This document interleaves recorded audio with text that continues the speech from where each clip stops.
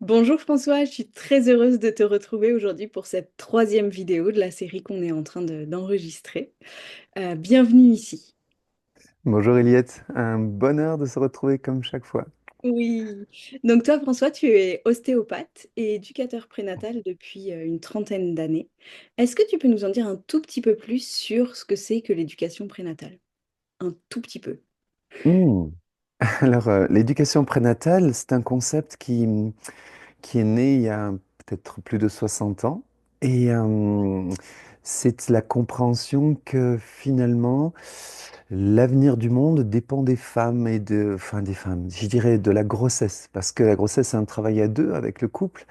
Mais le corps de la femme et le vécu prénatal, on se rend compte que maintenant, il est déterminant sur la santé physique et psychique de l'enfant.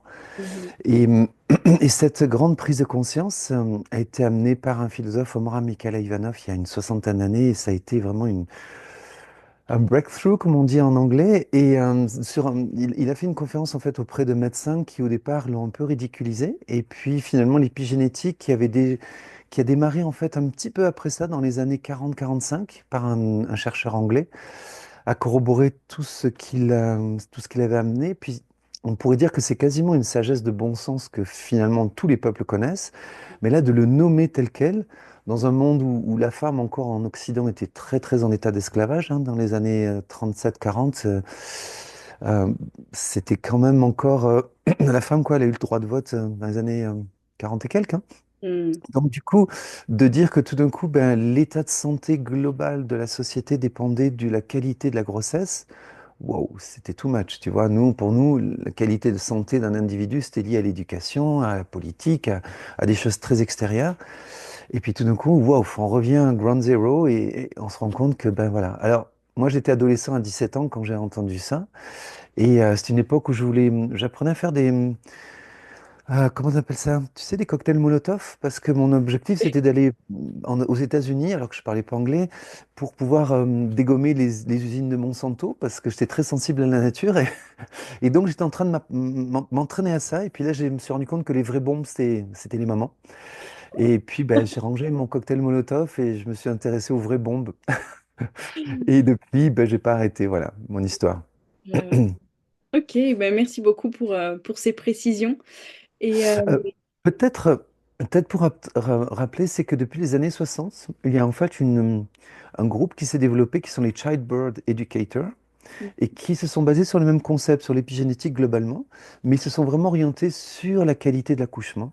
Et en fait, c'est l'éducation prénatale parce que c'est eux qui ont fait la plus grande association mondiale d'éducation prénatale, mais elle est beaucoup plus orientée sur la qualité de l'accouchement. L'éducation prénatale, c'est vraiment, je dirais, ça englobe ça.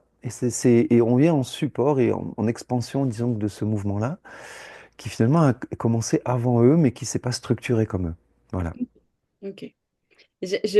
J'en profite pour faire juste un tout petit apport aussi, que là, on parle beaucoup du rôle des mères, mais le rôle des pères est tout aussi important parce qu'ils sont souvent un petit peu mis de côté dans l'image globale, en tout cas dans leur rôle pendant la grossesse. Et j'ai envie d'insister un tout petit peu sur leur rôle avant la conception aussi, dans toute cette préparation-là au niveau de Mhm. l'épigénétique pour l'avenir du bébé. Mais on en parlera sûrement dans d'autres Non, vidéos. mais peut-être un tout petit point, mais maintenant on se rend compte que le placenta est fait avec le père. En fait, le placenta vient du père.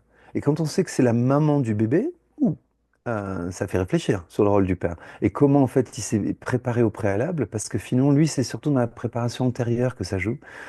Donc s'il n'a pas fait un peu d'ordre et de clarté et d'harmonisation dans sa vie, le bébé il va avoir un placenta qui est pas super nourrissant, quoi, ou de quoi il va le nourrir, quoi. Mhm. Enfin, mais c'est vrai que ça vaudra le coup d'en faire plein de vidéos là-dessus, c'est trop Ouais, passionnant. on pourra C'est continuer trop parce que important.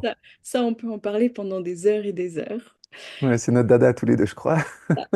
Donc aujourd'hui, on va continuer un petit peu par rapport à la vidéo qu'on a fait la dernière fois ensemble.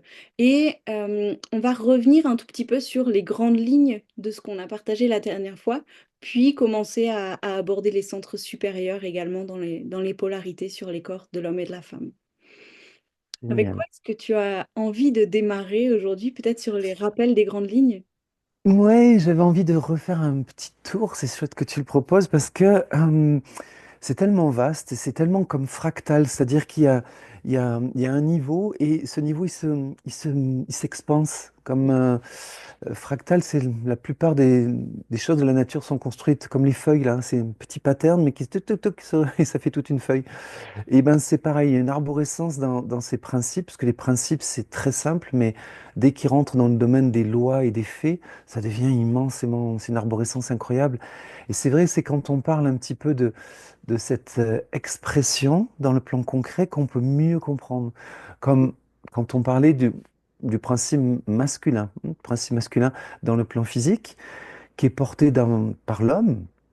C'est facile à voir sur le plan sexuel, mais en même temps, c'est tout ce qui est le monde musculaire. C'est le monde des muscles et des fascias, ce qu'on appelle le monde myofacial. Et on pourrait dire que là-dedans, le principe masculin, c'est celui qui donne l'impulsion, celui qui donne la force.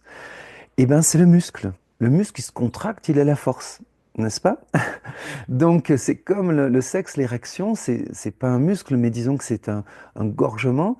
Et c'est un tissu spongieux, mais il y a un élan, et ça va être tout le corps de l'homme qui va utiliser son côté musculaire pour la pénétration. On est très technique encore, c'est très physique, mais c'est important de le voir, parce que c'est si facile à voir sur le plan physique pour Complètement. comprendre, waouh, c'est ça ce principe masculin, c'est incroyable. C'est un élan, et puis c'est une bombe musculaire qui explose. Et le principe féminin, c'est le fascia. Le fascia, il contient le muscle. Et là, on voit sa puissance. C'est que quand la force se met en contraction dans le fascia qui le limite, qui le restreint, et ben c'est là où justement le muscle il va prendre tout, il va passer de force à puissance. Mm. Le Tu veux- fascia, alors c'est un Le, mot qu'on entend beaucoup, mais il se trouve où exactement? Il est le autour du... fascia, c'est l'enveloppe, c'est tout simplement l'enveloppe, c'est le sac qui contient le muscle. Ok, Et en fait, la peau, par exemple, c'est le plus grand fascia du corps. ok. C'est du tissu conjonctif qu'on appelle. C'est au fond, c'est comme du tissu. C'est toi qui es couturière experte, c'est tu fais du fascia à l'année longue. Moi, Tu je tricotes, tu tricote et je tricotes. couds, je couds Exactement, du mais ça, c'est fascia. du fascia. C'est du fascia. Et après, tu as l'habit, c'est notre fascia. Et il enveloppe à l'intérieur une énergie mouvante, qui est en mouvement, qui est comme du muscle, qui bouge dans ce fascia. Mais grâce à l'habit, on a chaud, on est bien et on peut donner tout ce qu'on a à donner. Ok, Et quand il y a une relation sexuelle, ben, le sexe de la femme, c'est le fascia autour du sexe de l'homme. Et elle le comprime. Et c'est cette compression qui va lui faire sortir sa force. Mais c'est la puissance de cette compression. Et puissance parce que c'est lié à la force multipliée par le temps. Une femme peut durer beaucoup plus longtemps et indéfiniment, on pourrait dire presque sur le plan sexuel. Mais ça montre bien le fait qu'elle est puissante. Et cette limite et cette compression, c'est elle qui va faire sortir sa force à l'homme et sa semence. Donc, c'est tellement beau. exactement comme tu disais la dernière fois sur le fait que la femme dans son rôle par rapport à l'homme va lui faire sortir son jus quelque part Exactement. sur le plan intellectuel, etc. Mais là, c'est vraiment la même chose au niveau Là, physique, c'est purement physique. sur le plan Purement sexuel. physique. Et donc, là aussi, c'est intéressant parce que la femme, elle est dans les fascias. Les fascias, c'est partout, c'est toute la peau. C'est ce dont je parlais un peu la dernière fois, mais c'est dans le fait que sa sexualité, c'est tous les fascias. C'est pas juste un petit endroit. Donc, d'aller toucher les fascias de la femme, c'est-à-dire les enveloppes corporelles, le visage, les cheveux, enfin, tout ce monde-là, ah, ouf, elle s'anime, elle se tonifie. Le fascia, en ostéopathie, on dit que on est on est des fascias, on vit dans les fascias et on meurt dans les fascias. Et c'est intéressant parce que justement, les fascias, c'est le féminin, c'est la femme qui donne la vie, qui porte l'enfant, qui le fait grandir. Et puis, et la mort, c'est quitter son fascia, c'est laisser déposer son vêtement et partir pour une autre aventure. Et donc, on voit cette puissance féminine qui accompagne la vie tout au long de l'année, de la vie, pardon, de l'année de la vie. Et le fascia, lui, il est toujours présent et actif. C'est un actif passif, mais il est toujours là. Tandis que le muscle, il se contracte de temps en temps. Mhm. Mais là, on est calme, on est assis tous les deux, nos fascias sont plutôt calmes. Alors, ma langue, là, elle bouge, la tienne aussi. Et puis, là, on active un muscle et les fascias sont toujours là, tout le temps prêts, tout le temps réceptifs, tout le temps. Et ils donnent de la force et de la puissance à l'ensemble qui donne la vie. Force et puissance donnent la vie. Et là, en l'occurrence, c'est la parole. Mais c'est tellement beau de voir. Enfin, moi, ça m'émerveille toujours, déjà, juste de le voir sur le plan purement physique. Alors, quand on passe dans les autres niveaux, c'est waouh, accrochez votre ceinture parce que là, on va monter en niveau. Et donc, tu vois, on voit que finalement, le premier centre, le plexus nerveux sacré, eh bien, il est sacré parce qu'il porte la vie.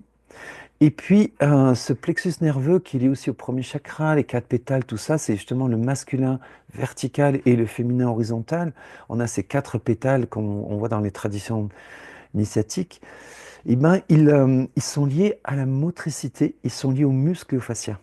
Ok. C'est très, c'est le muscle. Ouais. Donc, on voit bien cette force de soutien. Et dans le corps physique, c'est important donc d'avoir un dynamisme quand on fait euh, quand on se lave et puis qu'on finit avec l'eau chaude, l'eau froide, quand on joue, eh bien, on joue sur la tension des fascias. Mm. C'est très en vogue d'utiliser l'eau froide pour dynamiser son corps. Parce que les fascias, ils pompent sans arrêt le corps. C'est eux qui... Le diaphragme, les diaphragmes, par exemple, c'est des fascias. Donc, ils pompent constamment le corps et ils éliminent les toxines. Ils nourrissent. Le fascia nourrit, protège. Et on voit ce féminin-là qui porte, qui nourrit, qui... Ah, on pourrait parler des heures sur les fascias, parce qu'en même temps, c'est ma job. Donc, en tant qu'ostéopathe, on travaille que sur les fascias. Et le système nerveux, qui est le côté plus masculin. Et bien sûr, on relâche les muscles et tout, mais bon. Donc, quand on passe au deuxième niveau, deuxième plexus nerveux, là, en fait, on est dans, on se souvient de l'utérus et de la prostate chez l'homme, mais on est aussi, l'utérus, on en parlait, c'est le sang. C'est le sang qui gonfle et qui dégonfle. C'est une pompe sanguine, c'est comme un cœur du ventre, et qui pompe et qui dégonfle. Et en réalité, le deuxième centre nerveux, il est relié au sang. Le sang, c'est un mouvement qui immerge tout le corps. Et là, on pourrait dire que le principe féminin, c'est le sang artériel. C'est le cœur gauche. Et donc, il donne, il prend l'oxygène et il donne à toutes les cellules. C'est là où on voit cette énergie féminine qui adore donner son amour. Elle veut aimer comme l'homme avec son sexe, il veut aimer. Parce qu'on se souvient, un principe masculin, il est lié à l'amour. Mhm. Il est lié en fait un rituel, parce qu'on parle d'autorité pour le principe masculin, un rituel. Quand je fais un rituel, je prends mon café le matin, c'est un rituel. C'est parce que j'aime le café, j'aime ce moment béni où, ouf, je vais aller prendre cette énergie. Et ben, un rituel, c'est pas du tout quelque chose d'obligatoire, c'est le contraire des devoirs. Ouais. C'est de l'amour. C'est vraiment un rituel amoureux, c'est faire l'amour. Un rituel d'aller dans la nature pour fusionner avec la mère nature, c'est pas une souffrance, c'est une joie. Et donc, c'est vraiment, il faut comprendre, le principe masculin, il est joyeux et il est lié à ce rituel, mais l'autorité, c'est le rituel que j'ai choisi pour moi, celui qui me met en joie le plus. C'est pour ça qu'on parle d'autorité. Et quelqu'un qui a autorité dans un domaine, c'est parce qu'il adore le monde des champignons, de la microbiologie ou de la mycologie. C'est un dingue de ça. Mais il fait autorité dans son domaine parce qu'il aime ce domaine. Mm. Qui c'est qui aime s'occuper des micro-champignons? Il n'y a pas beaucoup. Mais celui qui... En fait, maintenant en biologie, on se rend compte que c'est vraiment tout l'avenir. Mais Ouais. celui qui a compris qu'il y avait un intérêt et qui commence à aimer ça, eh ben, il passe tellement de temps à l'aimer par lui-même, parce que l'université, ça ne suffit pas, qu'il devient chercheur là-dedans et il fait autorité en la matière. Parce qu'il se Et laisse traverser quelque part, on pourrait dire, par des courants supérieurs. complètement, l'amour nous relie à quelque chose de plus grand que nous et nous inonde et nous donne cette force. Pour l'homme, c'est pareil, il voit la beauté de la femme, il se laisse immerger par cette beauté. C'est toujours quelque chose d'extérieur qui déclenche l'amour, hein. Et c'est ça l'épigénétique, c'est l'extérieur qui nous rentre et qui nous anime. Donc effectivement, ce qui fascine le principe masculin, c'est ce côté, ce qu'on appelle la femme ingénue. Et puis on le voit même dans les chaînes musculaires, c'est quand la femme se met comme ça, c'est les rotations internes. Est-ce que Mhm. l'homme viril, c'est oh, rotation externe? Et donc c'est le principe masculin, la force musculaire qui va donner, et la force féminine qui attire à elle en fait. Rotation interne, c'est qu'elle envoie vers elle. Tu vois, elle attraque, elle attire. Donc séduction, c'est tirer vers elle, etc. Bon, bref. Et Donc ça, tout ça, c'est c'est pour intéressant. dire. Ça, c'est intéressant à observer dans les comportements qu'on a aussi Mhm. en public ou dans les recherches de séduction ou d'attraction. Du coup, c'est des choses super intéressantes à observer. Exactement. Une femme qui est trop émissive, trop si comme ça, elle n'attirera pas en fait un homme. Elle se rend pas compte qu'elle envoie en fait un message de répulsion. Et une femme qui est plus, qui attire vers l'intérieur, ben, en fait, elle est en train de capter son attention pour qu'il vienne voir une beauté. Et en plus, si la beauté est un peu cachée, oh, là, il est foutu, quoi. Donc, et en Il est fait, attiré vraiment, vraiment profondément. et c'est intéressant à comprendre sur le plan physique parce que sur le plan émotionnel, les hommes font la même chose. Mhm. C'est-à-dire qu'en fait, ils ont l'air d'avoir un cœur de pierre, ils sont un peu fermés, ils sont un peu, tu vois, ils sont voilés parce que c'est ça qui va. Un homme qui est trop expressif de ses sentiments, de ci, de ça, c'est plate pour une femme, ça met la femme en compétition. Il se dit, mais attends, si le mec il est tellement expressif de ses sentiments, qu'est-ce que moi j'ai à donner? J'ai rien à donner, tu vois. Donc c'est comme deux masculins qui rentrent tout de suite dans un match de rugby, quoi. Et excusez-moi, c'est ma référence. Et donc, donc le, là, on a la même chose, c'est qu'en fait, la femme, elle est fascinée par essayer de deviner la beauté qui est cachée derrière un homme qui a l'air tellement cool. Il a l'air tellement intéressant, il a l'air tellement émotionnellement, je suis sûr que c'est un gars gentil, je suis sûr que c'est un gars drôle, je suis sûr que c'est un gars qui est... Il y a il y a deux, trois petits trucs qu'il a fait lancer une petite blague, il a fait un truc, wow, là, ça y est, l'émotionnel féminin, il est catché, et Oui, là, on elle a voit envie de donner l'attraction qui commence à arriver là, à ce moment-là. Ouais, attraction, et là, elle se dit, attends, ce gars-là, il a l'air vraiment le fan, j'ai envie de l'aimer. Et donc, du coup, elle commence à bombarder de l'émotionnel. Alors là, elle va sortir tout un grand jeu qui est le contraire, justement. Elle est plus dans cette ingénuité, elle est dans cette force motrice, mais là, c'est comme un jaillissement, comme le ventricule gauche. Pouf, il envoie tout son sang plein d'oxygène. L'oxygène, c'est de la lumière. Donc, elle envoie des émotions, surtout pendant le honeymoon effect. Elle envoie des émotions d'admiration, mon chéri, t'es la plus belle des choses, exactement comme les femmes, les hommes font avec la femme. Ils disent, oh mon Dieu, que tu es belle. Et eux, ils vont s'attacher sur le plan physique. Mais en fait, ils envoient de la lumière pour magnifier en fait la femme. Et on dit toujours que l'amour est aveugle parce qu'il dit, mais attends, comment ça se fait que il vous ne voit voyez pas avant. Ouais. voilà, il voit une cheville, il voit un truc, oh mon Dieu, mais c'est la cuisse de Jupiter, c'est ci et ça. Alors que la fille, bah non, c'est juste ma cuisse, là, il y a rien là, tu sais. Mais dans le regard de l'homme, c'est quelque chose de waouh. Et puis, Comme bah, une ça, femme peut faire émotionnellement, du coup, à aller imaginer tous les potentiels de l'homme et souvent s'en trouver super déçue, en fait. ouais, voilà, c'est ça. Et comme un homme qui va voir la femme comme une tellement belle, tellement de trucs, et puis il vit avec elle, et puis finalement, son regard change, et puis c'est son regard qui change, et finalement, il est déçu, alors que c'est le même corps, c'est les mêmes cheveux, c'est la même poitrine, c'est les mêmes pieds. Alors qu'avant, il trouvait ses orteils les plus mignons du monde, et puis après, il s'en fout. Et puis, tu vois, donc c'est l'admiration. En fait, l'amour est lié vraiment beaucoup à l'admiration. Et c'est ça, cet oxygène dans le sang. C'est quand la femme projette une admiration, elle voit l'homme au-delà de ce qu'il est réellement. Elle le voit dans des potentiels infinis, on pourrait dire. Et quand l'homme voit dans le corps de la femme quelque chose de beaucoup plus que juste sa plastique, il voit une lumière, il voit une, un potentiel, je dirais, d'incarner quelque chose de sublime à travers son corps, parce que le corps de la femme a quelque chose de symétrique, toute une beauté, enfin symétrique, c'est drôle à dire, parce que finalement, l'homme aussi peut être pareil, mais il y a une expressivité dans le corps de la femme, et de toute façon, le magnétisme et les rondeurs du corps de la femme sont comme tout ce côté sphérique et magnétique, fait que ça attire son attention. Et le cœur de l'homme, c'est pareil, il est beaucoup plus magnétique, l'émotionnel, je dirais, il est beaucoup plus magnétique. C'est cette prostate qui est comme un sein intérieur. C'est du magnétisme et tu as envie d'aller rencontrer cette femme aimante qui nourrit ses spermatozoïdes, qui est toute blanche, qui est toute pure, qui est d'une générosité, qui est d'une bonté, et ça, c'est très, très attractif. Parce qu'en fait, au fond, même quand l'homme il est attiré par le magnétisme du corps de la femme, il est attiré par cette douceur, cette tendresse, cette pureté, ce côté virginal, ce côté, voilà, aimant.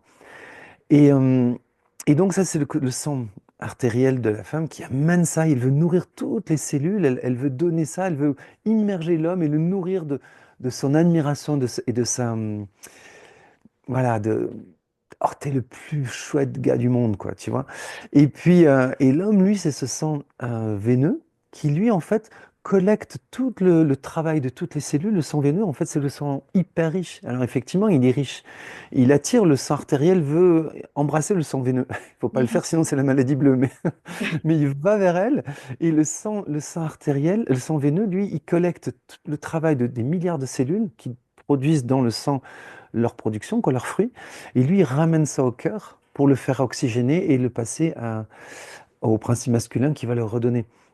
Donc, il collecte aussi les déchets, il prend sur lui. Donc, tu vois, c'est ce côté féminin qui accepte aussi de nettoyer, de laver, il prend toute cette nourriture que tout le monde a fabriquée et il va le réoffrir à tout l'ensemble du corps. Donc on voit encore ce principe féminin qui collecte, qui jardine, qui prend, comme dans la grossesse, qui va aller chercher tous les meilleurs matériaux pour l'offrir à son bébé. Mhm. Et voilà, alors tu vois, on voit peut-être un peu mieux avec il y avait l'utérus, la prostate, mais là, avec le sein artériel et veineux, ça donne une autre image de ça. Ah ouais, ouais, je ne connaissais pas du tout cette différence entre le sang artériel et veineux. Et dans cet exemple-là, je trouve que ça montre bien comme quoi ces deux principes s'attirent, ont des échanges, mais ne se mélangent pas. Exactement.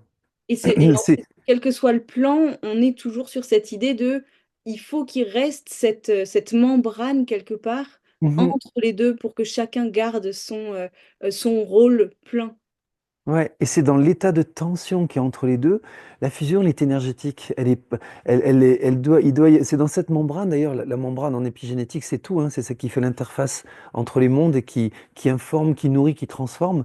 Et dans un couple, quand il y a cette tension et cette interface, ce dialogue, c'est vraiment bien une dualité, mais qui a un verbe.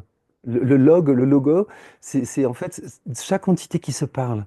Et c'est dans cet échange, c'est là que la vie, elle naît. Mhm. Et que, bon, tellement génial. On va se régaler de parler encore de tout ça. Et donc, donc ça, c'était pour le plan émotionnel. Et donc, on comprend un petit peu mieux cette dynamique émotionnelle. Et pour le plan nerveux, pour le plan de troisième niveau, le plexus solaire, on le voit bien avec le diaphragme. Il y a ce diaphragme qui pompe chez l'homme naturellement. Et chez la femme, il est plutôt calme, ce diaphragme. Mais on peut mieux le comprendre entre les deux systèmes nerveux. Le système nerveux orthosympathique, qui est connecté au cortex, le gros gros cerveau, ça c'est masculin. Lui, il analyse, il pense, il réfléchit, il mémorise, et en même temps, il est créatif, il est imaginatif. Il peut faire des plans sur la comète comme pas possible. Donc, il est à la fois analytique et il est sensoriel. C'est incroyable le système orthosympathique. Il sent de toutes les cellules tout ce qui se passe. Et il va ordonner aussi des choses. Donc, on voit ce côté j'aime quelque chose, j'ai ressenti une émotion pas possible, mais du coup, je vais donner des choses en retour. Donc, c'est moi qui vais ordonner la motricité, même sexuelle, de tout mon corps. Donc, ça, c'est vraiment ce cortex masculin. Et puis, le système parasympathique, qui lui est l'équivalent du système nerveux féminin. Et le parasympathique, en deux mots, c'est lui qui contrôle tout le corps. Rien que ça. Tu vois, on voit la puissance. Le système nerveux, le cortex, il s'agite, il fait des petites pensées. Mais le système parasympathique, lui, avec le tronc cérébral, le cervelet, les nerfs crâniens, tu sais, maintenant, la théorie polyvagale, on se rend compte que quand tu touches le système parasympathique, et en ostéopathie, c'est ça qu'on fait en faisant du crânio sacré, ben, on guérit tout le corps. C'est lui qui a en charge le corps. Et plus que ça, c'est lui qui va déclencher et gérer toute la sécrétion d'hormones pour calmer le système orthosympathique, qui lui se met souvent dans des états de dingue. C'est le stress, si tu veux. Si le stress n'est pas géré, eh ben, c'est sa femme qui le fait. Si le mec il est trop énervé du pompon, ben, sa femme, elle amortit. Et ça, on le voit partout.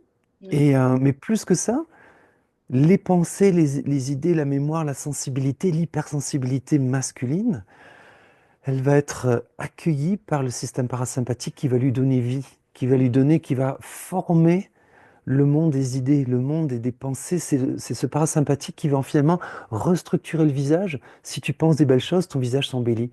Si tu as des belles pensées, ben, ton corps se tonifie, tout s'embellit. C'est le système parasympathique qui fait ça. Donc, wow, le mental de la femme, c'est pas rien là. Là, on voit la puissance. C'est un peu comme l'homme, il amène la petite graine et la femme, 9 mois, elle fait un bébé. On voit le même équivalent, quoi, hein. Et on sait que, par exemple, maintenant, il y a des recherches qui ont montré que 17 secondes concentrées sur une pensée la rend opérationnelle dans le système, justement, parasympathique. Donc, il suffit 17 secondes concentrées sur une idée, hop, tu fais compte ton parasympathique et ça devient une réalité. Donc là, l'importance de méditer, l'importance d'être conséquent et quand c'est un peu l'idée de s'entourer de personnes qui sont au-dessus de toi, pour que ça stimule dans un bon sens ta pensée. Et cette pensée, en fait, elle va pouvoir être assez forte, en fait, pour féconder ton parasympathique et lui va lui donner vie. Donc moi, ça me bouleverse des trucs comme Waouh, ça. c'est extraordinaire. Et ces deux systèmes, ils se connectent par plein d'endroits, mais toujours à un système de membrane. Et même en plus, le truc qui est dingue, c'est que on sait maintenant que le système nerveux fonctionne comme l'électronique.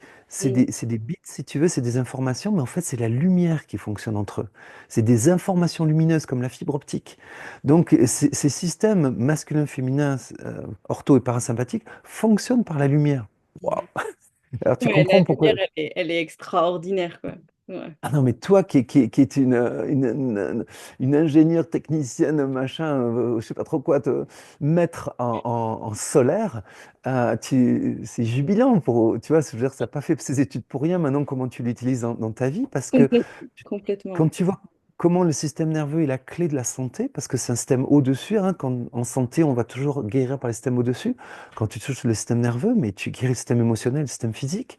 Donc, quand tu travailles avec la lumière, de tous les temps, Ouais, tu viens vraiment ah, tout réencoder. Ça, du coup, tu je le réencodes partage. tout. Je profite pour faire un petit moment de pub, du coup, parce, Vas-y, c'est le parce que moment. le week-end prochain, les 21, 22, 23 mars 2025, du coup, il y a le sommet international du prénatal qui se tient en ligne. Et je vous mettrai le lien dans la description.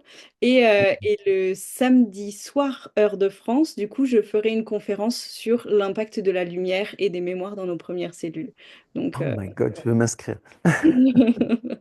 Ouais, et donc, pourquoi c'est dans tous les textes sacrés, mais de toutes les religions. Oui, Et on le puis, retrouve dans toutes les sciences initiatiques et dans tous les écrits. partout, méditer sur la lumière, ça fait tout. Puis même quand tu vois comment s'appelle cette méditation que nous, elle est enseignée à l'école, elle est reconnue par le gouvernement et justement, elle est non religieuse, mais elle, mindfulness Ah, meditation, c'est oui. utilisé dans les prisons partout. Donc, il y a l'observation de ses pensées et il y a l'immersion dans la lumière de son être ou dans la personne qui nous crée conflit. C'est finalement ce que le système nerveux, il est électrique. Donc, il envoie des ondes avec un électrique un peu corpusculaire et sinusoïdal. On pourrait dire un peu comme l'histoire les deux aspects de la matière. Donc il y a un côté ondulatoire féminin, on pourrait dire c'est le parasympathique, et un côté linéaire rayonnant qui pourrait être masculin. Mais du coup, notre pensée, on sait qu'elle va plus, en fait, elle est même plus rapide que la lumière. Donc il y a une supralumière qui est la pensée, les Russes ont fait des tests pas très sympas, mais avec les souris, pour montrer que quand un souriceau mourait à l'autre bout de la Terre, sa mère immédiatement le sentait à une vitesse plus rapide que la vitesse de la lumière. Donc, c'est des expériences difficiles, mais qui, pour nos petits esprits un peu enfermés, nous permet de réaliser que la pensée, elle est encore plus rapide. Donc, c'est plus que...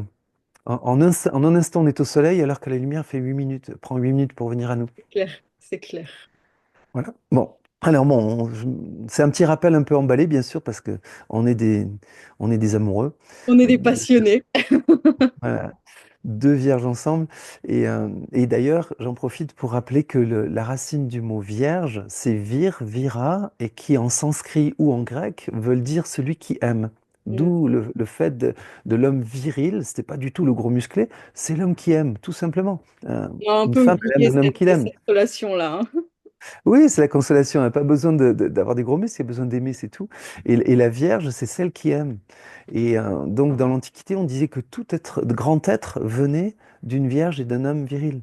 Mm. Comme Salomon, comme tout ça. Donc, le concept de la Vierge qui amène un grand être, c'est dans l'Antiquité, c'est marrant qu'on l'ait oublié, mais c'est fondamental. Donc, redevenons tous des vierges.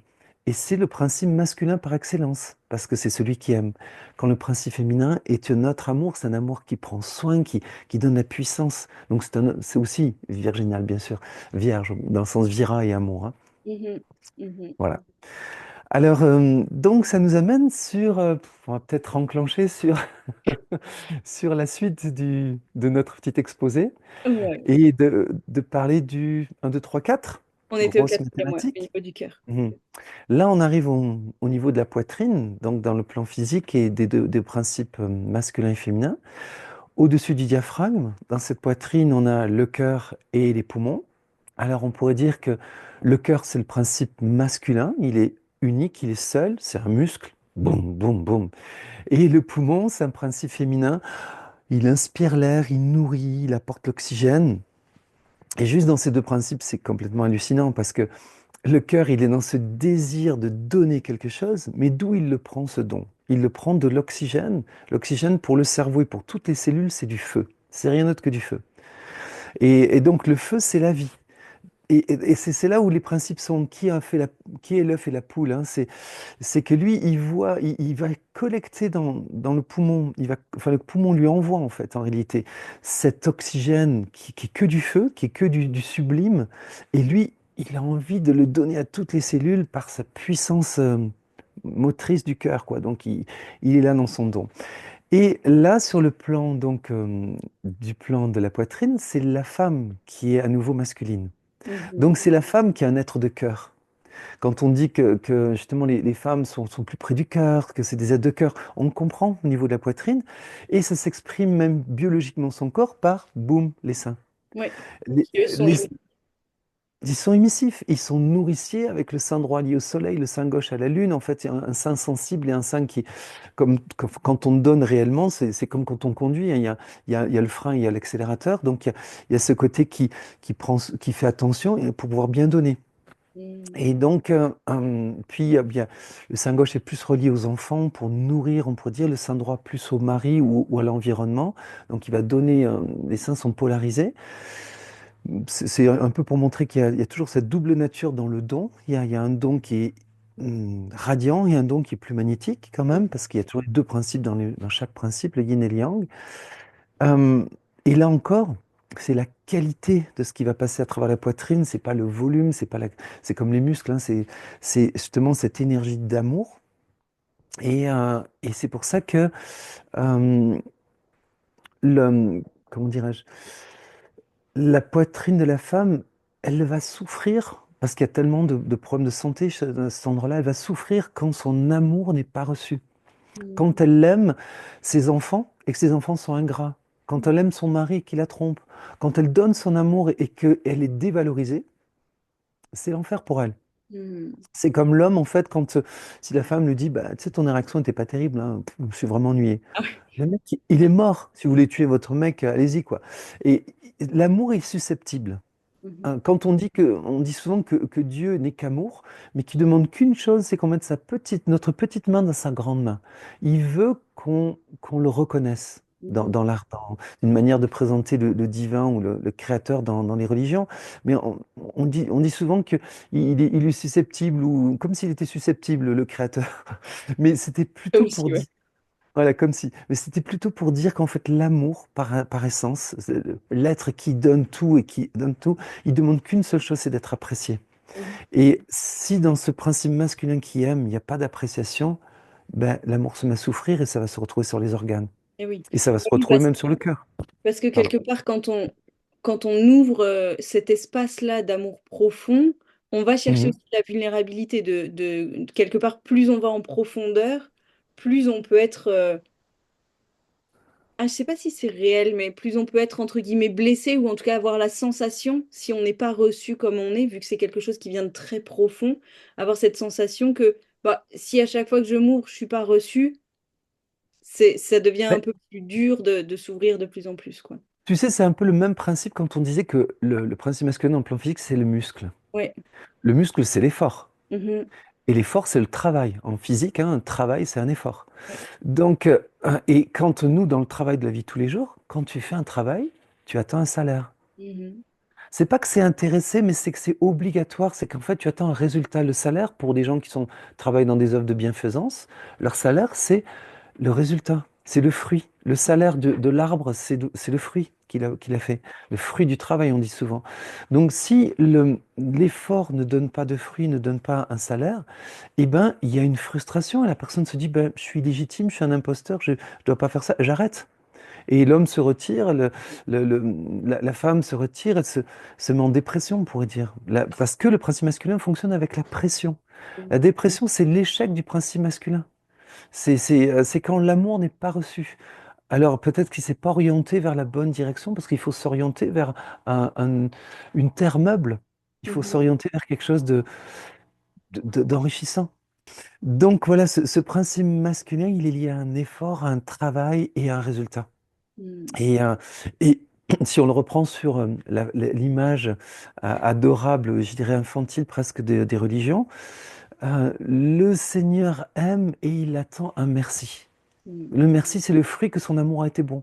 L'homme fait l'amour, il attend que la femme soit heureuse. Tu vois la même idée. Donc, La femme euh, donne, elle attend que l'homme soit reconnaissant et heureux de ce qu'elle lui a donné. et dans l'amour de la femme émotionnelle, il attend que l'homme lui dise, Oh my God, il la remercie, il acknowledge, il accuse réception. Voilà. Si accuse et réception, c'est le féminin. Si le féminin n'accuse pas réception, mais c'est pas du féminin. Donc sur le plan émotionnel, si la femme fait plein d'efforts pour aimer et que l'homme n'est pas capable de l'apprécier, parce que ces gens, c'est pas toujours même un merci, c'est le plus gros des merci, c'est l'appréciation. Au moment que ton repas était bon, oh ma chérie, merci de t'être occupée des enfants. C'est incroyable comme tu prends soin d'eux et tout ça. Je suis émerveillé de tout ce que tu fais. C'est non-stop, c'est la journée longue. Moi, c'est juste 5-8 heures mon boulot, mais toi, c'est non-stop du matin au soir. Tu prends tellement soin de tout, de toute la famille. Tu sais, c'est une appréciation, c'est un merci, c'est une gratitude, mais la femme là, se dit, waouh, je vais lui en donner, tu vas voir, chérie, ce soir, tu vas en prendre plein la tête.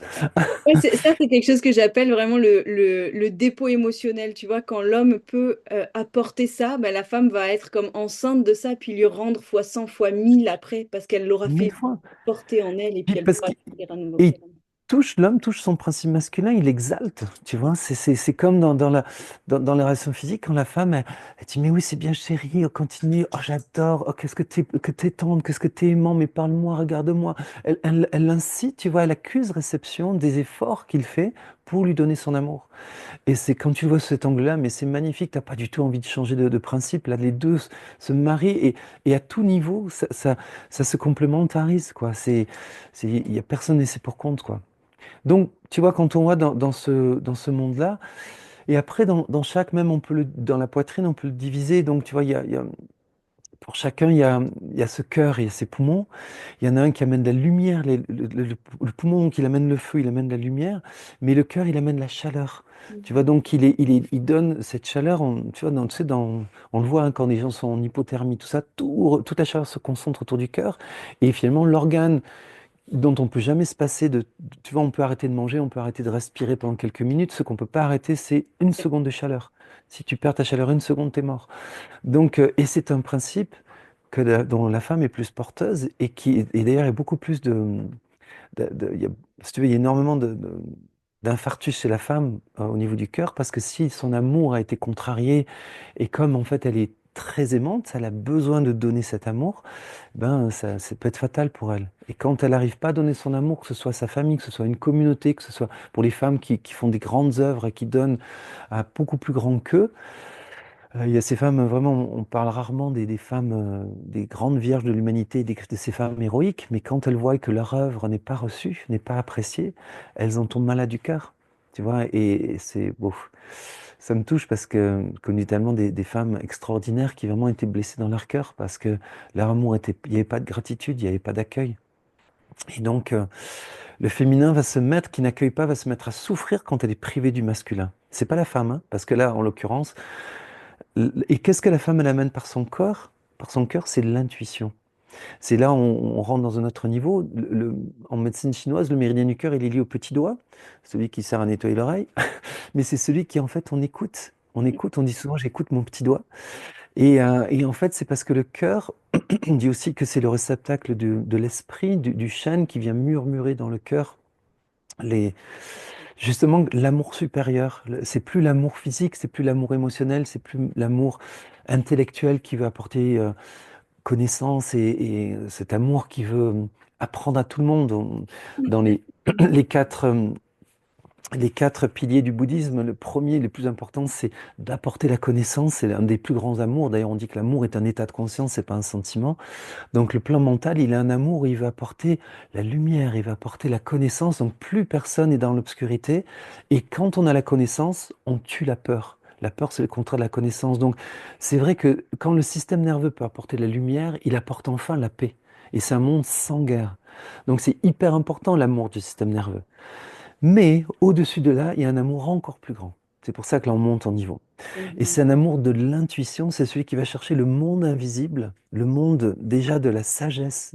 La sagesse, c'est vraiment la lumière supérieure qui vient révéler qui on est vraiment. Parce que nous, en fait, au fond, avec toutes les connaissances de l'humanité, de l'intelligence artificielle, ça symbolise tellement bien la somme des connaissances. Maintenant, on sait que l'IA est plus efficace que plein de médecins ensemble pour diagnostiquer une maladie. Donc, c'est vraiment une connaissance incroyable et elle a sa valeur.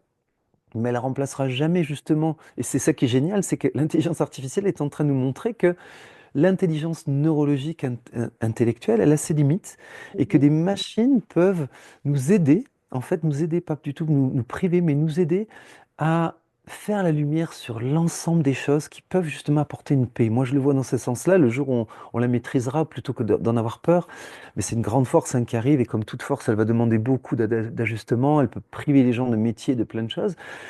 Mais quand on pourra elle pourra apporter davantage de lumière et s'en servir pour que toutes les connaissances humaines, parce qu'elle ne fait que collecter toutes les connaissances humaines en fait, mais de les synthétiser ensemble pour les réoffrir à tout le monde, c'est complètement le système nerveux, le cerveau et hop, le système ensuite parasympathique qui le donne à toutes les cellules. C'est que ça quoi. Et Est-ce qu'elle vient pas quelque part, l'IA, challenger les égos? ah, c'est clair, si tu veux, pour ceux qui finalement s'emparaient du pouvoir, tu vois, et de la connaissance pour la distiller, comme a fait l'Église, malheureusement, qui a perdu toutes ses lettres de noblesse quand elle était prise la main dans le sac, comme ont fait beaucoup de religions, comme on fait après la science, qui dans leurs universités gardaient jalousement le bouddhisme tibétain, et c'était ça, il avait une connaissance pas possible, et quand les Chinois ont envahi, que ça s'est craqué, Lotchen Tulku, qui est le guide spirituel du Dalai Lama, me disait que c'est grâce à ça que ça a craqué et que le bouddhisme est sorti de son égoïsme et s'est mis à offrir au monde entier les connaissances qu'ils ont. C'est hallucinant. C'est des gens qui ont des connaissances sur le monde invisible et tout que personne n'a. Et, et maintenant, grâce à la perte de tout ça, ben, ils ont aboli toutes les castes et ils ont voulu faire ça maintenant à tout le monde. Et Dalai Lama a fait un travail incroyable pour offrir ça. Puis pas que lui, hein. Ils ont été l'obligation par Lotchen Tulku, qui est le grand traducteur du bouddhisme, qui les oriente et qui dit, bah là, maintenant, Dalai, tu vas faire ça, ça et ça, et tous les bouddhistes. C'est l'autorité suprême. Donc, on est dans une époque là de toutes les connaissances sont mises à tout le monde. Maintenant, il faut être capable de les synthétiser. C'est ce que fait l'IA pour pouvoir les redonner à tout le monde. C'est extraordinaire, en fait, comme perspective de paix. Parce que la lumière apporte la paix. Elle enlève la peur et du coup, elle enlève la souffrance en bout de ligne. S'il n'y a plus de peur, il n'y a plus de souffrance. Donc, mais quand on va un niveau au-dessus, alors là, on découvre notre monde. Parce que là, on découvre l'invisible d'un être. On découvre l'invisible d'une pierre, d'une plante, d'un chat, d'un animal, de l'apparence du vivant. On rentre dans le physique quantique, on rentre dans le fait que toi, Eliette, tu as l'air d'avoir telle taille, telle forme et tout ça, mais si je rentre, j'écoute mon petit doigt, je découvre que tu es un soleil, que tu es un univers, que tu es, des myriades que tu es lié à des mondes pas possibles, que tu es connecté à des êtres, à des âmes, à des groupes d'âmes, à des... Wow! Ça, c'est le cœur. C'est ce cœur de la mère qui est capable de voir en l'enfant toutes ces potentiels de l'infini. Et donc, c'est quelque chose de... on change de game, là. On n'est pas dans le même niveau. Ouais. Et ça prend des mères aimantes pour élever des enfants, pour voir en eux que c'est les sauveurs de l'humanité, que c'est la nouvelle génération, que c'est des êtres sublimes qui vont pouvoir faire des choses qui fait que le monde sera plus le même grâce à leur enfance. Ça prend un cœur comme ça, qui est visionnaire, qui aime à un autre niveau. Et c'est pour ça qu'on a toujours reproché aux bonnes femmes d'être complètement folles, de voir ce qui est pas, que ce soit les piti, ces femmes médiums qui apportaient, qui savaient d'avance ce qui allait arriver ou qui révélaient des choses qui venaient d'un autre monde. Comment ça se fait que tu sais ça et tout ça? Mais regarde la médecine chinoise, il y a plus de 8000 ans, ils ont décrit des trucs qu'on découvre à peine que oui, c'est la réalité. Même tu es en train de découvrir que les points d'acupuncture, en fait, il y a des réalités que c'est des petites cellules, machin et tout, enfin des petites terminaisons nerveuses. Mais les mecs, comment ils ont fait il y a 8000 ans? Il y a bien une énergie intuitive, féminine, qui a su tout d'un coup synthétiser tout ça et le voir et l'amener dans notre monde. En fait. Et pourtant, on le découvre, cet autre monde, il est dans notre corps. Ben ouais. Donc, Il est comment ils juste ont là su où pour était? apprendre à lire tout ce que notre corps nous transmet, en fait, quelque part. Exactement, donc c'est un autre regard quand le Petit Prince il dit tout est la vraie vision c'est dans le cœur, je sais plus comment il dit, pardonne-moi Saint-Exupéry, mais le vrai Pas bien qu'avec le cœur. on ne voit bien qu'avec le cœur, voilà. Et ben c'est ça, c'est que le cœur est capable de voir l'invisible. Et quand on aime quelqu'un, Mais mon Dieu, c'est pas le corps que t'aimes, c'est pas les sentiments déjà. On les voit pas, ils sont invisibles. La psyché, quelle est les idées lumineuses et belles auxquelles est attachée cette personne, on les voit pas. C'est bien le cœur qui les voit, qui les perçoit. Alors on peut les communiquer, on peut les parler, mais on les pressent, on les intuite. Et là, dans ce monde-là, la femme, elle est aimante, elle adore ça, elle adore l'invisible, elle adore ce monde. C'est pour ça qu'elle veut voir des médiums décider ça. Alors que les hommes, c'est pas assez rationnel pour eux, mais en réalité, c'est pas vrai parce que l'homme, lui, il est réceptif dans ce monde-là. Il est, en fait, l'homme, il adore aller dans la nature, il adore aller justement prendre de l'oxygène. C'est ses poumons qui, oh, je peux pas en parler, mais je le sens. Ouais. Je- La femme, elle est capable d'en parler. Elle est capable de. Mais je vais t'expliquer, mon chéri, dans une famille, on va voir la grand-mère parce qu'elle est capable d'amener la sagesse dans la famille. Mais quand on va voir grand-père, on sent l'univers. Et on est à côté de lui, il nous raconte une histoire, il n'est pas capable d'autre chose que raconter sous forme d'histoire, de parabole, mais la grand-mère, elle est capable de le donner sous forme de sagesse. Lui, il va nous raconter une histoire, il va nous faire partir dans des mondes infinis, et il va nous faire rêver, il nous amène dans l'univers. Elle synthétise tout ça et elle le donne. Ma chérie, il faut que tu fasses ça, il faut que ton homme, tu le respectes. Toi, il faut que ta femme, tu sois tendre envers elle.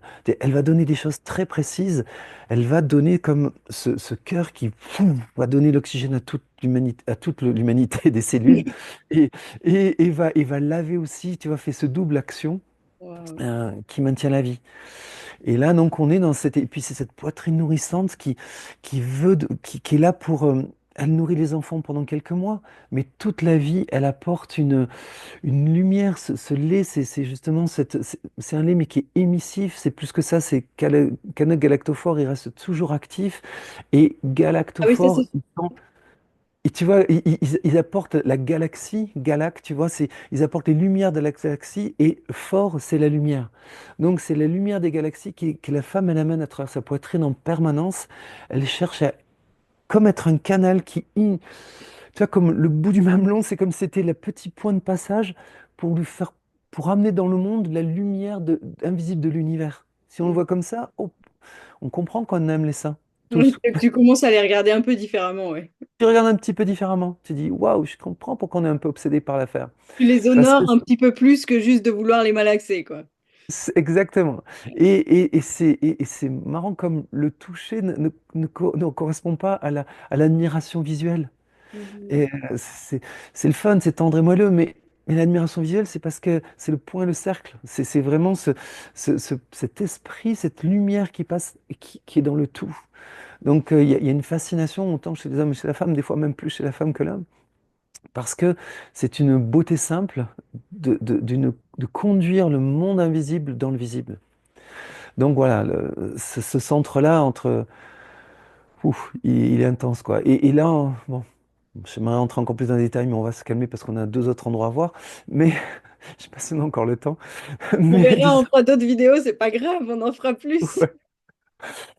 ouais. Ouais, mais si on part après, on monte dans le monde de la gorge, là, on rentre dans le plan de la morale. Là, on était dans l'intuition, la poitrine. Puis alors, attends, dans la poitrine, hein, il y a les 12 côtes, il y a les 12 vertèbres. Ah oui. Il y a le thorax. Le thorax, ça vient de la Torah.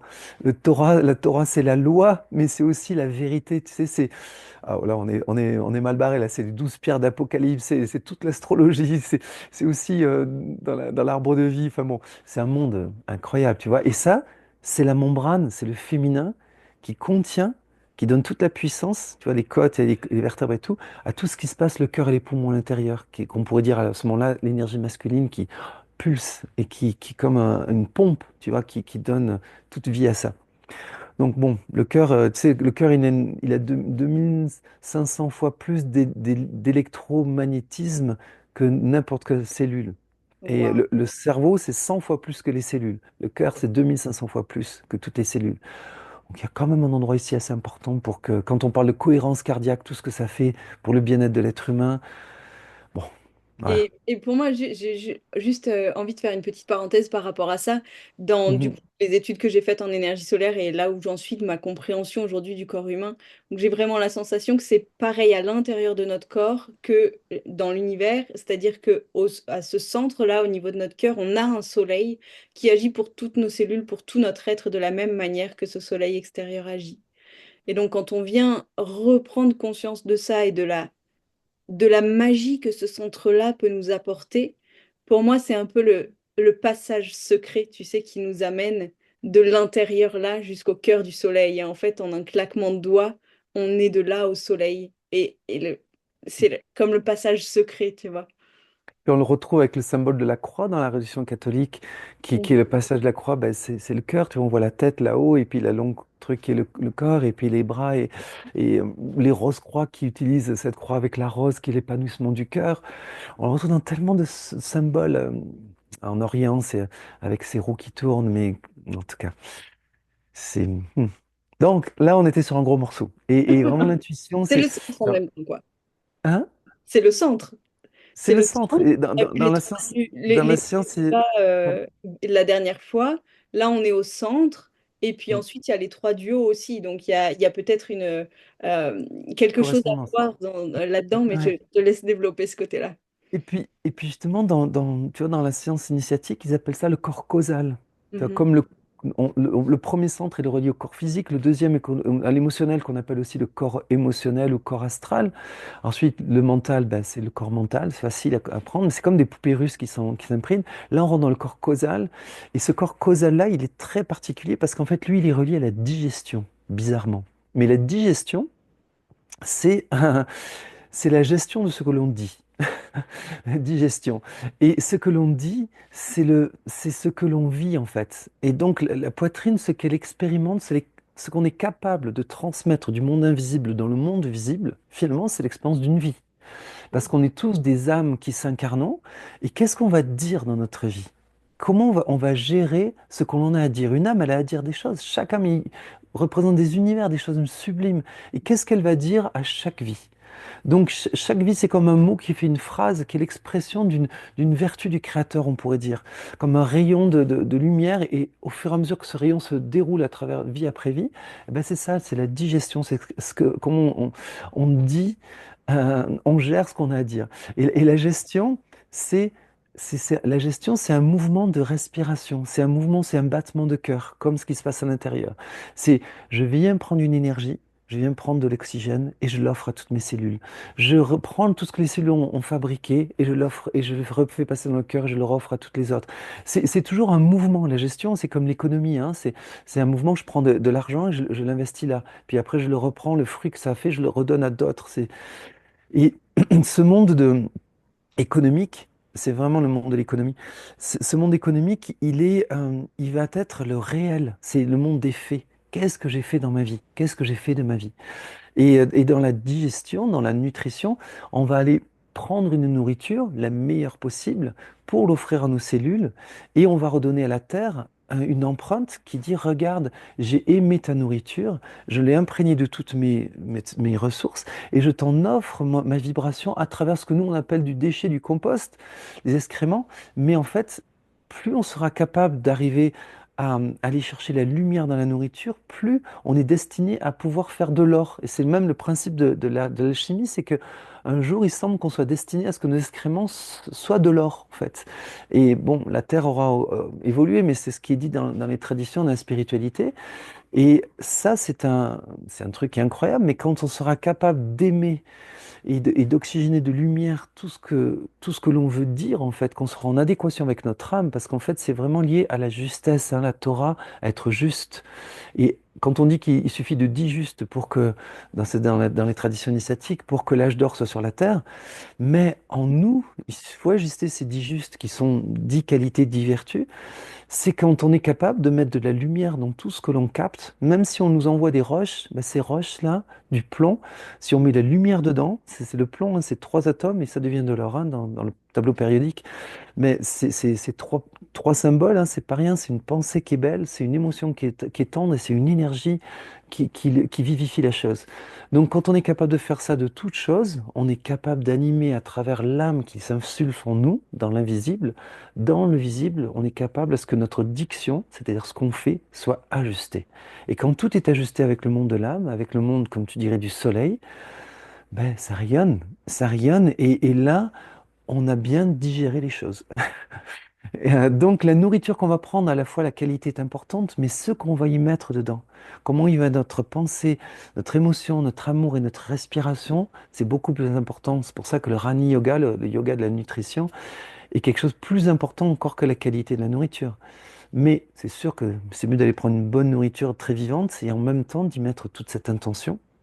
Et là, on est capable de digérer, c'est-à-dire qu'on est capable de gérer une diction. On va transmettre, grâce à la nourriture, toute une activité qui est magnifique autour de nous. Donc ouais, Et on c'est... a 2, 3 fois pour s'entraîner tous les jours, donc c'est extraordinaire, quoi. Et voilà, c'est comme une obligation que la nature a mis pour que, allez, tu vas la dire un peu, tu vas la cracher ta valda, comme on dit en France. Tu vas te dire ce que tu as à dire dans... Tu sais, on le dit même dans les relations, tu me le dis ce que tu as à dire, mais au fond, la vie, elle nous Vas-y, met dans des... lâche le morceau, quoi. Hein, voilà, et elle nous met dans plein de situations pour qu'on se mette à poil et pour qu'on dise ce qu'on a à dire, qu'on révèle la beauté dont on est porteur. Mais toutes les oppositions, les forces, les lois qui nous oppressent et tout ça, tout ce féminin qui nous comprime, c'est pour qu'on sorte notre jus et qu'on dit, mais là, c'est la diction de l'âme. C'est que tout le potentiel, c'est ça, la maman qui voit dans son enfant, qui veut qu'il sorte son meilleur, elle l'éduque, éduquer, extucare, c'est sortir la grandeur de l'être, la verticalité, le sublime, justement son amour. Le vertical, c'est l'amour. Ah, donc, ah là là, notre dynamique virginale virile crée des trucs de dingue. C'est génial. Et voilà. Et alors, quand on arrive dans l'autre monde, justement, l'autre monde, c'est le monde de l'âme à proprement dit. Là, on était dans le plan causal qui, lui, c'est un économiste. Il va vouloir accoucher de ça, mais il accouche de quoi? Il accouche de deux dimensions, qui est le monde de l'âme au niveau de la gorge, avec la glande thyroïde, avec le larynx, avec tout ça, et le monde de la tête, qui est le monde de l'esprit. Donc, c'est les deux centres qui nous restent à voir. On pourrait les voir en trois centres parce qu'il y a ce côté dans les chakras avec la glande pinéale et la glande pituitaire. Euh, Là, pour la simplicité, puis pour le miroir des corps, on va dire que le mental inférieur, ce serait le plexus solaire avec la lumière, c'est pas si inférieur que ça. Et la poitrine qui est ce soleil invisible qui est le mental supérieur, la sagesse. Mais cette sagesse, elle est le fruit de l'âme et de l'esprit. Et donc là, on peut toujours, en fait, les repères, hein, c'est ça qui, il n'y a rien de statique. On peut toujours le voir en 7, en 6, en 12, en 24, en 36. Mais pour l'anatomie, c'est facile de le voir comme ça. Et là, on change de plan. Donc, on va se rendre compte que sur le plan de la gorge, et ben là, on a des principes masculins chez l'homme qui sont pas pareils chez la femme. Alors, plus ou moins marqués. La pomme d'Adam. Ben, la pomme d'Adam, les femmes, elles en ont pas. Mm. Et Adam, c'est bien l'homme. Moi, par exemple, j'ai très peu de pommes d'Adam, en fait, j'en ai pas. C'est comme si j'avais en fait peu de poitrine. Je serais un A en poitrine. Et, et ça veut rien dire sur la qualité de ma poitrine ou de ma pomme d'Adam. Elle peut être très belle et très... C'est la lumière qui passe à travers qui compte. Il y a des hommes qui ont une très grosse pomme d'Adam et qui sont des fois des bœufs. Oui, c'est juste pour dire que l'anatomie, ça ne veut rien dire, mais c'est le symbole qui est magnifique derrière. Et mais après, il y a les cordes vocales. Les cordes vocales, c'est encore un autre niveau. Et voilà, alors on va parler justement de ces deux principes, en fait, entre la glande thyroïde et les cordes vocales. La glande thyroïde, ce serait plutôt le principe chez l'homme, donc nous, on est masculin à ce niveau-là, au niveau de l'âme. Et la pomme d'Adam, ça représente justement le plan avec la thyroïde, le principe masculin. Les cordes vocales, c'est le principe féminin. Et les cordes vocales, c'est justement comme, c'est comme ça. C'est deux cordes qui, hein, ça vous rappelle rien, en termes de féminin. Et donc ça fait ça les cordes vocales. Il y a de l'air qui passe au milieu et puis ça fait des sons. Donc la thyroïde, elle est très intéressante à comprendre parce que la thyroïde, c'est elle qui gère la croissance du corps, la croissance des os particulièrement avec les parathyroïdes aussi qui sont plus sur les os, le calcium, toutes ces notions-là. Et la thyroïde, elle contrôle toute la croissance, elle est très très active dans la première partie de la vie parce que après elle se stabilise. Mais première partie de la vie, c'est celle qui fait tout pousser, les organes, le bébé, tout ce qui pousse, c'est vraiment la thyroïde qui contrôle la croissance du corps humain. Et ensuite, elle va maintenir ce qu'on appelle l'homéostasie, c'est-à-dire l'équilibre. Et si on est plus actif, eh ben, elle donne des ordres. Si on est plus au repos, c'est elle qui nous met, qui gouverne la qualité du sommeil ou le dynamisme. Donc, on- beaucoup de gens connaissent, commencent à connaître, parce qu'on en parle tellement des problèmes thyroïdiens. Quand on est hyperthyroïdien, ben on est sur le go, et quand on est hypothyroïdien, on est toujours fatigué, hein, on perd ses cheveux, tout le système collapse en fait. Mais l'hypothyroïdie nous met en hibernation. Mm. L'hypothyroïdie, qui est un grand, grand problème, l'Hashimoto et tout ça très, très fréquent, et bien en fait, c'est quand on est brûlé, quand on est en burn-out. Et on le voit beaucoup chez les femmes qui ont beaucoup plus tendance à l'hypothyroïdie, mais les hommes, ça touche beaucoup. Je crois que ça tombe un ou deux hommes sur 10 et ça touche quatre ou cinq femmes sur 10. C'est énorme. Et ben, c'est parce que la femme est beaucoup plus stressée que l'homme, parce que on est dans une société où elle a travaillé et en plus s'occuper des enfants et de la maison. Donc elle a double charge. Réveillons les amis, là, c'est un peu Oui, normal puis que. le fait d'aller dans un monde de travail qui est pensé par l'homme encore depuis très peu de Ouais. générations, hein, la femme va travailler quand même, il faut le rappeler. Et du coup, c'est un milieu qui amène plus de testostérone aussi dans le corps de la femme et au niveau hormonal, du coup, c'est plus compliqué de revenir dans son féminin, là. Ben, et puis, si tu veux, ce qui détruit la thyroïde, c'est juste le stress. Donc, c'est le taux de cortisol. Beaucoup de cortisol, dead c'est kill de la thyroïde. Et donc, comme tu dis, c'est un monde testéronien, donc très basé sur le cortisol, qui stresse, qui stresse, qui stresse. La façon de travailler masculine, elle est basée sur le stress. Alors qu'en fait, il y a une façon de travailler qui est beaucoup plus endorphinique et qui est plus féminine, mais qui est beaucoup plus puissante aussi et plus efficace. On le voit, hein, tous les gens qui réussissent dans la vie, c'est parce qu'en fait, ils fonctionnent avec un masculin et un féminin très bien balancé. Et du coup, leur travail est efficace. C'est le rapport 20-80 que j'adore. Ces gens qui veulent lire ça, je pense que c'est un monsieur qui s'appelle Corr qui a écrit ça, mais c'est utilisé par toutes les entreprises. C'est 20% de travail pour 80% d'efficacité. Mm. C'est d'introduire dans les entreprises la communication non violente, c'est plein plein de choses qui font qu'on est beaucoup plus efficace, beaucoup plus concentré, avec plus de structure et bon, il y a plein de concepts là-dedans, mais c'est vraiment la thyroïde. Ok. Et la thyroïde, c'est une gestionnaire, mais elle, s'il y a trop de cortisol, ben ça finit parce que elle est obligée de dire au corps, écoute, je coupe tout, je te mets en arrêt maladie. Il faut que tu te reposes, là c'est malade ton affaire, donc je te mets en hypothyroïdie, en Hashimoto, en peu importe.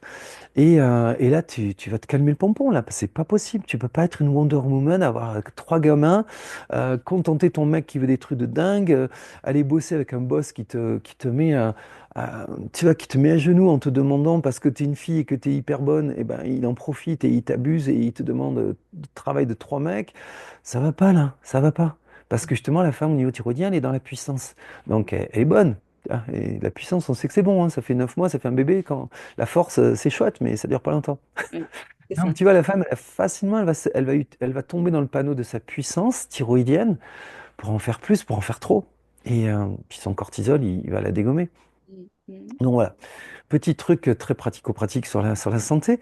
Mais on va aller dans un autre monde, là, hein. Alors, on voit bien hein, cette thyroïde et cette pomme d'Adam, c'est ce cartilage, en fait, hein, qui est proéminent et qui, en fait, qui montre, en fait, le côté thyroïdien masculin qui, lui, est dans le go, go, go, go, go. Parce que justement, l'homme est plutôt un peu en hyperthyroïdie naturellement et la femme plutôt en hypothyroïdie naturellement. Elle freine et lui, il accélère. Il dit, calme-toi, chérie, tout va bien aller. Et il est, non, non, chérie, il faut y aller. C'est un week-end, allez. Moi, je suis un peu comme ça, on part en vacances, allez. C'est chouette, c'est des vacances. Go, go, go, allez, les enfants.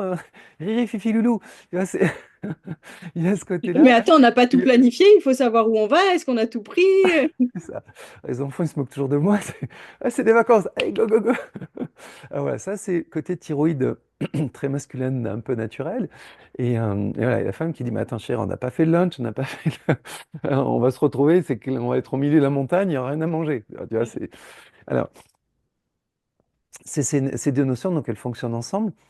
Mais donc, pour parler de ce principe masculin qu'a l'homme, qui est plus thyroïdien, c'est toujours, toujours pousser vers le haut. Toujours aller, c'est ce qu'on voit dans le corps humain, c'est faire grandir, grandir, grandir, grandir. C'est d'être dans en sciences ésotériques ou mystiques, on dit que la gorge, c'est la troisième oreille. C'est Mhm. d'aller écouter la voix de l'âme. Il y a des livres magnifiques. Il y a je crois que c'est La voix du silence qu'avait écrit Elena Blavatsky, qui est un petit livre de rien, mais qui est bouleversant, qui parle un peu de cette voix de l'âme. C'est les retraites de tous ces moines qui veulent aller écouter la voix du silence, c'est d'écouter la symphonie des sphères, c'est ce monde, c'est le monde de l'âme. C'est donc autant le monde de la sagesse cherche à l'exprimer, à le concrétiser hein, avec la poitrine, tout ce qu'on a vu, mais la gorge, c'est l'écoute de ce qui est plus grandiose, c'est l'écoute de l'univers. On regardait une émission sur le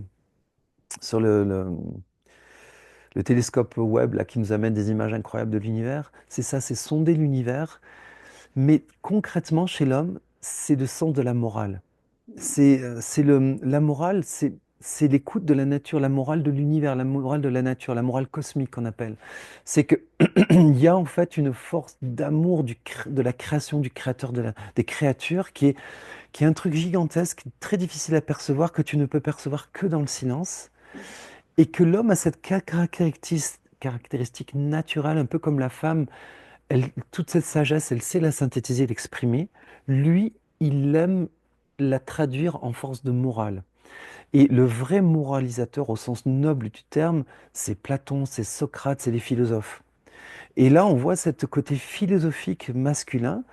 Un homme qui est bien polarisé dans ce centre-là, c'est un vrai philosophe. Mhm. Et donc, philosophie, philo, c'est l'âme, hein, c'est le monde de l'âme, c'est la science de l'âme. Donc, lui, en fait, il est naturellement un, un philosophe expressif. La femme, elle, elle est réceptive avec ses cordes vocales et elle va, comment je dirais, elle va être le contenant pour que le verbe, le logos, soit exprimé par le principe masculin. Mhm. Donc l'homme, lui, il va vouloir, par son verbe, vraiment le philosophe, c'est quelqu'un qui parle, mais il parle pas des mots intellectuels, il parle le langage de l'âme. Mhm. Quand il dit le principe de la caverne, qu'il faut rentrer en dedans de soi pour découvrir ce monde infini et que tout le reste à l'extérieur n'est qu'illusion, etc. Ben, à l'intérieur, tout n'est illusion dans notre petit monde et quand on va à l'extérieur, on découvre le monde sublime et comment on peut aller le traduire à des gens qui ne sont pas sortis. Ils sont enfermés dans leur caverne, c'est pas possible. Donc le mythe de la caverne, c'est de la philosophie avec une image. Et là, on voit ce monde des images, parce que c'est à la fois l'écoute, mais ce son devient une image. Mhm. Et le philosophe, c'est celui qui est capable d'imager ce qu'il a entendu. Ah, Et wow. c'est tellement sublime. On le voit avec les grands musiciens. Les grands musiciens, c'est de la gorge. C'est des êtres. Beethoven cassait tout son mobilier quand il n'était pas capable de mettre en, en musique ce qu'il entendait du monde invisible, ce qu'il entendait de la symphonie des sphères, tout ça. Et il trouvait que sa musique était médiocre par rapport à ce qu'il entendait. Ouais, Imagine, de quand tu réussir écoutes, à amener dans la matière le sublime qu'on peut capter là-haut, ouais, c'est... Ouais. quand t'écoutes les sonates de Beethoven, des trucs de fou, tu te dis, attends, il trouvait ça moche par rapport à ce qu'il entendait, imagine ce qu'il entendait, quoi. Donc, la femme, dans ce niveau-là, elle est elle est dans cette écoute, comme un peu, on l'a vu tout à l'heure avec l'homme, c'est comme le grand-père, qui lui, elle le sent, cet univers. Elle ne sait pas forcément l'exprimer comme l'homme. Elle est moins boum, boum, boum là-dedans. Mais tu vois une femme, tu écoutes ce qu'elle écoute et tu as tout compris, quoi. Ça se passe de mots. Donc, je dirais, sa force, sa puissance, elle est beaucoup plus dans le silence. C'est pour ça que, naturellement, la femme va être moins moraliste, mais elle est la morale cosmique. Tu vois, et l'homme, quand il est bien aspecté, il a une belle morale, et Oui. la femme va l'admirer. Parce que la morale, c'est l'esprit chevaleresque, c'est la vertu, c'est la défense de la vertu. Le vrai moraliste, c'est celui qui plaide, qui milite pour la vertu. Mhm. Tout n'est que vertu dans l'homme, vertu vira amour, hein, c'est des formes d'amour différents. On revient à la Vierge hein, et au viril. C'est des formes vertueuses, le virtuose, hein, c'est celui qui aime mais avec virtuosité, qui maîtrise un instrument et qui l'aime. C'est le virtuose, justement, on le voit avec tous les artistes. Tout Mhm. ce monde-là, là, c'est le monde de l'art. Hein. C'est le chakra et les couleurs bleues, c'est le monde artistique, mais c'est de mettre en image, c'est de mettre en musique, c'est de mettre en mouvement, en danse. en architecture, en tout ce que tu veux, le monde de la vertu, le monde du beau. C'est vraiment le monde du beau, c'est l'écoute du monde du beau et c'est la mise en œuvre du monde du beau. C'est le chef-d'œuvre, tu vois. Donc c'est à la fois un vrai philosophe, mais c'est aussi quelqu'un qui est qui fait des chefs-d'œuvre, qui fait des cathédrales, fait des Taj Mahal, qui fait des trucs, Mhm, des mhm, sept merveilles du monde, des choses comme ça. Donc ça, c'est l'énergie de l'âme. Et quand tous on va davantage travailler sur cette énergie-là, c'est ça qu'on construira. Et c'est l'énergie des compagnons qui vont passer une vie à construire une pièce, mais qui durera pour l'éternité. Donc, c'est cette œuvre qui voit pas le temps. D'ailleurs, elle est en dehors du temps. Le monde de l'âme est en dehors du temps. C'est le monde de l'infini qui cherche à capter l'infini et le manifester. Donc, voilà, c'est un monde. Et le verbe, quand on dit que le verbe a créé l'univers, le logos, c'est justement quand la parole, elle traduit ces mondes sublimes. Quand elle est utilisée pour ça. Mais si elle n'est pas connectée au monde sublime, c'est du blabla, c'est du moralisme, c'est ce qu'on voit avec les inquisiteurs, c'est avec la perversion de l'Église, je te fais la morale tout le temps. Et dans le couple, c'est ces mecs qui n'arrêtent pas de faire la morale à leur bonne femme en leur disant, mais avec leurs règles, avec leur... C'est l'enfer, hein. C'est lié à Jupiter. Mais Jupiter, c'est la planète des tyrans. Mais ou sinon, c'est la planète des sages, du Sagittaire, de l'être qui élève vers le monde sublime et qui fait le Sagittaire, hein, il est comme ça avec une flèche et il montre, il est là pour montrer, c'est le grand-père qui montre, regardez le monde qui nous entoure. C'est le télescope Webb, là, Hubble et tout ça là. Mais regardez la beauté, attends, calme tes problèmes. Va la nuit, regarder les étoiles et t'en as plus de problèmes. mhm. Donc c'est ce monde de la morale qui te fait sortir de tes petits problèmes parce qu'ils te disent, on est sur Terre pour manifester l'âme, c'est-à-dire des vertus, c'est-à-dire des infinités de palettes d'amour. C'est ça notre mission sur Terre, c'est pas de payer ta facture d'hydro. C'est tellement plus vaste que ça. Donc le vrai moraliste au sens vraiment noble, hein, parce que c'est devenu tellement un terme péjoratif, c'est ce qui doit être ça. Donc dans un couple, l'homme, il devrait, quand il y a des situations de stress et tout, dire, mais chérie, allons dehors, allons regarder la nature, allons regarder les étoiles. Euh, Regarde quelle est la vertu des choses. Regarde tout ce que tu fais de beau. Regarde comme tu es vertueuse avec tout ce que tu arrives à faire. Qu'est-ce que tu amènes dans ma vie en termes de vertu. Quand je te vois, je- parce que elle est comme la beauté. Elle est ce que l'homme aime. Moi, quand je te vois, je ne vois que vertu. Quand on dit que la femme est vertueuse, ça vient d'où? C'est comme quand on dit que son corps est beau, parce qu'elle est féminine. Donc, l'homme, il la regarde, il voit qu'elle, c'est une sainte. Et lui, il se sent des fois un gros pervers ou un type twisté de la tête et tout ça, parce que justement, c'est un moraliste qui est pas en écoute du sublime. Mais s'il la regarde, il voit la Vierge. Tu sais, quand on dit j'ai vu la Vierge, Ouais, c'est ouais, ça, tu ouais, vois. Et la Vierge encore, j'ai vu l'amour. Donc, quand il voit comment les femmes sont dédiées, sont courageuses, sont tous ces trucs-là, il est tellement impressionné, justement, quand on le voit dans le monde du travail, hein, avec la thyroïde et l'épuisement des femmes.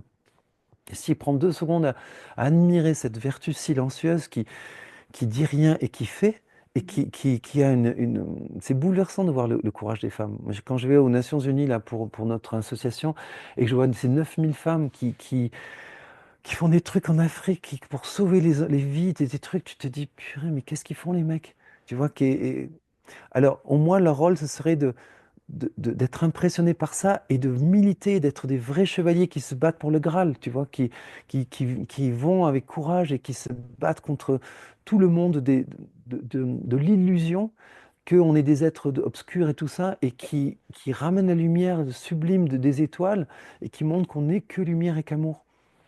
Là, ça vaut le coup. Et là, quand un homme fait ça, ben, la femme, elle admire, elle est heureuse et elle lui prête sa voix. Et on le retrouve après dans les chants chorales avec les voix masculines et féminines. Et c'est marrant parce que les voix s'expriment à l'inverse de notre principe. Parce que l'homme, si tu veux, il est masculin là-dedans, mais sa voix est basse, donc elle est féminine. Et là, on retrouve encore toujours le yin et le yang. Et elle a une voix féminine et chaude, et tandis que la voix de la femme est lumineuse et haute. Et là, mhm. elle est en principe masculin. Oui, complètement. Voilà. Alors, ça, c'était pour ce centre. Et peut-être on va glaner sur le dernier, parce qu'à travers les prochaines capsules, on va pouvoir après aller dans la physiologie de tout ça. Ok. Et là, dans le centre de la tête, ben, la tête, elle est ronde. Bon, la mienne est ovale. Mhm. Mais il y en a un peu en cacahuète. Mais disons que la tête, globalement, c'est la partie ronde, un peu comme les coupoles qui captent justement les ondes. Oui. avec Paul de la NASA là, qui connecte les ondes. Ça peut être les dômes qu'on retrouve sur les mosquées. Mhm. C'est le principe de la sphère, d'une manière générale, c'est qu'elle est, bon, en plus la tête, elle est 360, elle n'est pas juste 180, mais la sphère, elle, c'est un objet comme le Soleil qui rayonne à 360, mais qui capte à 360. Ouais. Et donc, la sphère, elle a une énergie. Puis là, quand on va monter dans le niveau de la tête, ben, la femme est masculine et l'homme est féminin et réceptif. Donc, lui, son cerveau, à l'homme, on sait que le cerveau, justement, il est sous forme sphérique. Il est justement plus comme un dôme parce qu'il est comme à 180 comme ça.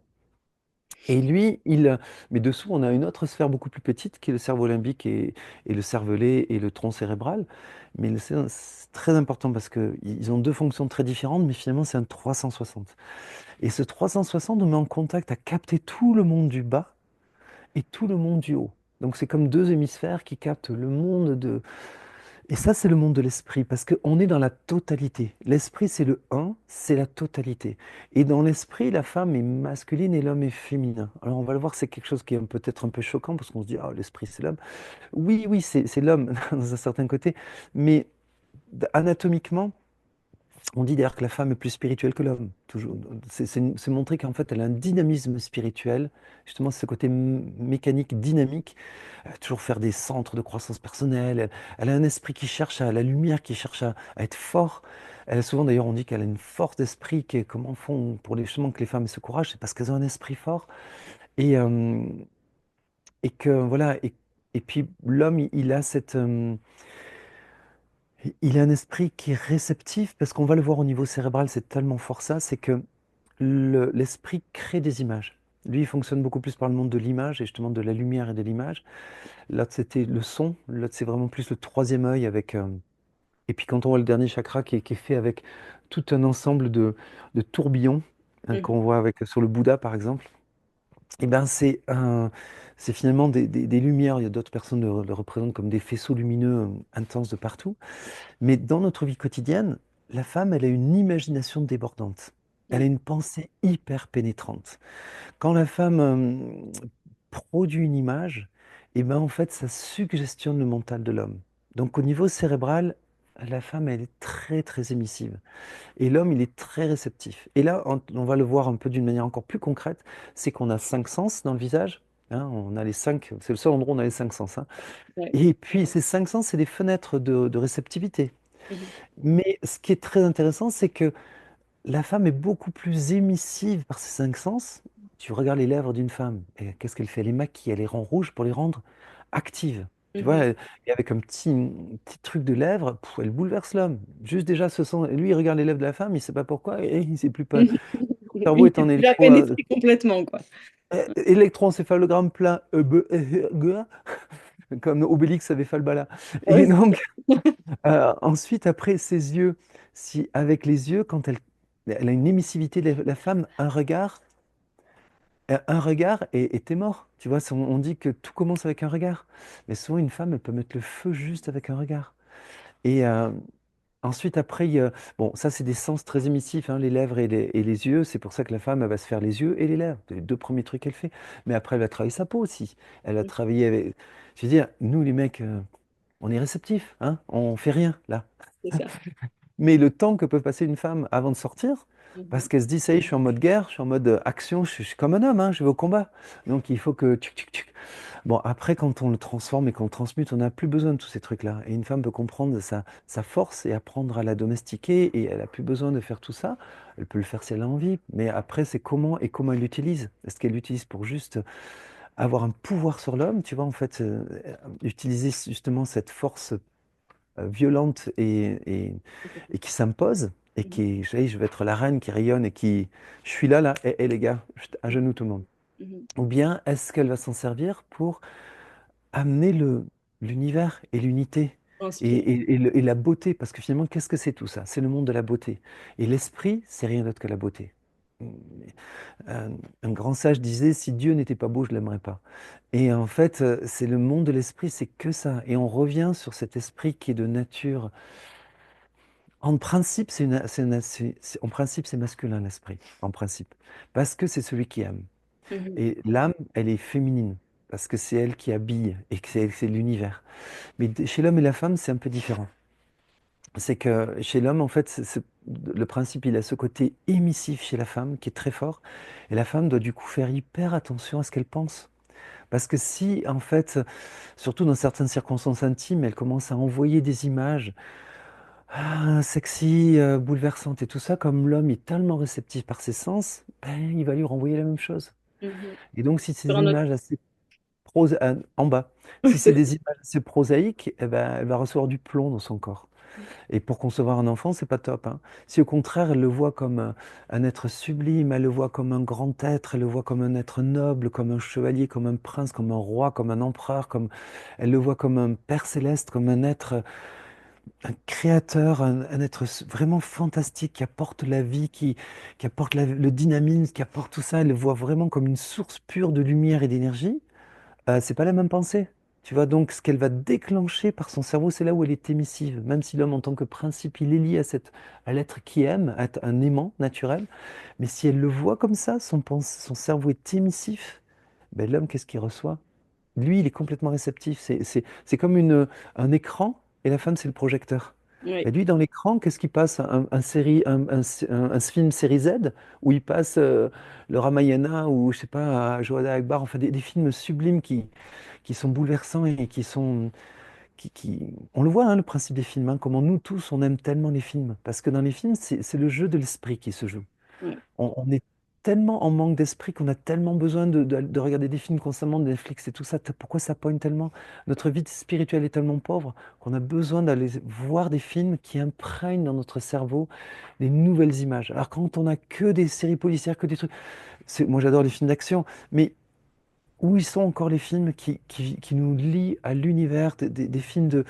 On a vu les 14 sommets, la 14 Peaks, sur des gens qui se transcendent, qui font des trucs, qui vont aller gravir des êtres tellement humbles, qui vont aller gravir des choses pas possibles. Il y a tellement de beaux films, de beaux documentaires, de trucs fantastiques à transmettre par ce médium-là. Mhm. Mais si on change de niveau, là, ça c'est sur le plan très très matériel, si les femmes étaient conscientes d'émettre des pensées d'une sublimité incroyable, de voir le grandiose en tout, ben, les hommes en seraient imprégnés, et les hommes, c'est la puissance, ils en seraient enceintes, et Mhm. eux, ils seraient la télévision. Donc eux, ils seraient porteurs d'une beauté spirituelle, mais tellement grande que les femmes les regarderaient comme si le projecteur regardait le film qu'il est en train de voir, et se dit, waouh, c'est magnifique ce que Ouais. j'ai envoyé, et mon chéri, c'est incroyable comment tu peux me renvoyer magnifié. C'est Mhm. magnifié parce que c'est comme si la pellicule, elle a le truc, mais il faut qu'elle envoie sur un écran pour le voir comme c'est beau. Ouais. Ouais. Et puis lui, il le renvoie, et c'est donc un jeu d'esprit avec un pôle enfin, émissif et réceptif entre l'homme et la femme. Elle peut émettre des choses. Ça ne veut pas dire que l'homme n'est pas émissif, bien sûr qu'on est émissif au tout, hein. C'est comme le yin et le yang, hein. On est un peu plus émissif, un peu plus réceptif, mais ça change tout. C'est un Mhm. peu plus, hein. On le voit sur le plan sexuel. Et Ouais. ben, là-haut, c'est pareil en fait. Et combien c'est important que la femme prenne, est une hygiène mentale. Enfin, mentale, c'est plus que mental, là, parce que le mental, on a vu que c'était bien plus bas. Mais les images qu'elle crée, l'imagination d'une femme, et là, si on l'applique à sa grossesse, quand on sait que le pouvoir qu'elle a, et cette pensée féminine et ce visage féminin, c'est que de la beauté et de l'amour. Mais quel amour et quelle beauté. Ce qu'elle déclenche, si elle dit je suis hot, je suis en chaleur, ben, l'homme, je réponds tout de suite. Mhm. Si elle dit oui, je suis en chaleur, mais c'est une chaleur sublime, ben, l'homme, il répond, mais il répond à ce niveau-là. Il dit waouh, moi je t'en fais le film, hein. Tu m'écris le scénario, moi je te fais le film. Enfin, je te donne l'image là, tu vas voir, c'est Panasonic là. Et Panoramix, Panasonic. Je te sors la potion magique, mais tu me l'écris. Et, et donc, cette immensité qui s'échange entre les deux principes peut faire que quand ça se passe à ce niveau-là, mais l'homme et la femme sont comblés, ils n'ont même pas besoin d'aller à notre niveau. Donc c'est pour ça que quand on parle de vie spirituelle dans un couple, c'est les échanges des grandes idées, des grands trucs, des trucs cosmiques là. Et puis ça va plus loin que ça, c'est cette capacité, on disait l'âme qui veut refléter ça, mais là c'est plus que l'âme, là c'est la réalité, c'est l'identification à de se dire, attends, je suis une particule, je suis un petit soleil, donc je suis en écho avec tous les soleils de l'univers. Donc je suis en écho avec le soleil, avec Sirius, Sirius est quand même vachement plus gros que notre soleil, avec Albédéran qui est 100 milliards de fois plus gros que notre soleil, avec Il y en a combien là de soleils dans l'univers? Moi, je suis ça, mais en microcosme, tu vois, dans macrocosme. Mais en réalité, je suis tout ça. C'est ça l'esprit. C'est ça c'est ça l'amour. C'est une force.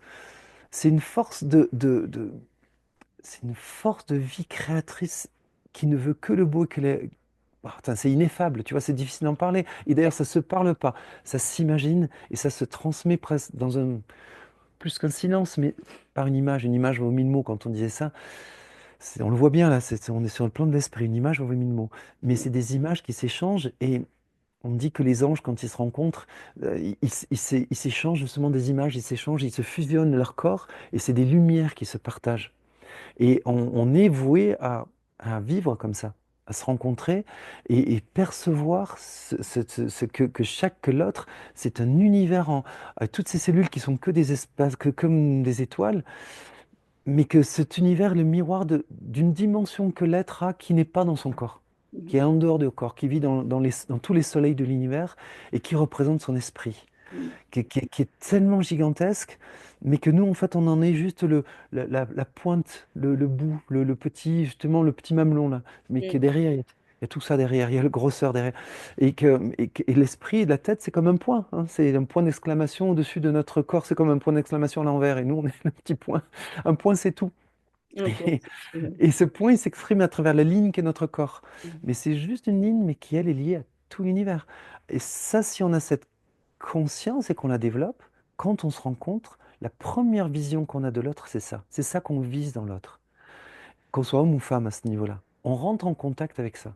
Mais ça change la relation. On ne peut plus voir l'autre comme un être fini. On le voit comme un être à la fois infini, mais aussi éternel, qui est quelque chose de sans fin. Ouais, c'est difficile d'en parler. Donc, Ouais. c'est pour ça qu'il nous faut des films, il nous faut des C'est pour ça images. que juste recevez les images, Voilà, et branchez-vous sur un l'imagination. autre plan, recevez les images et Voilà, pour le petit tour le petit tour de visite de la pyramide intérieure que nous sommes ou de extra. l'anatomie revisitée Waouh. avec le principe masculin et féminin. Merci beaucoup François pour ce temps, ce partage et puis à très bientôt pour la prochaine À fois. très bientôt. Bye bye.